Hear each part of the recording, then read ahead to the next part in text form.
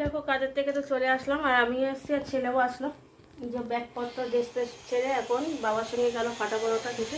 আর এদিকে দেখো এই বাসনগুলো ওঠাবো, বাসনগুলো র্যাকে রাখবো, র্যাকে সাজিয়ে রাখবো। গ্যাসের এই জায়গাটা জল পড়ে আছে, ওই যেখানে বাসনটা রাখা আছে ওইখানে ওটা মুছবো।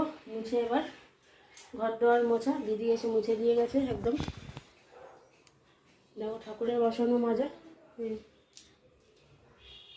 দেখো ঠাকুরের বাসনও মেজে রেখেছে। আর ওই পটটায় আছে গঙ্গা জল। কালকে আমাদেরই এক রিলেটিভ দক্ষিণেশ্বরের কাছে থাকে, বালিতে থাকে, কালকে ও জলটা এনে দিয়েছে। তা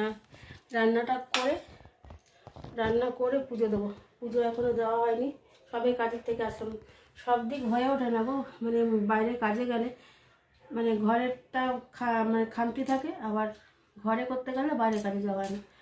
যাই না, ব্যালেন্স করতে পারছি না আমি ঠিক করে। আশা করছি হয়ে যাবে, ঠাকুরের কাছে প্রার্থনা করছি যেন সবটাই যেন ব্যালেন্স করতে পারি, ঘর বাইরে।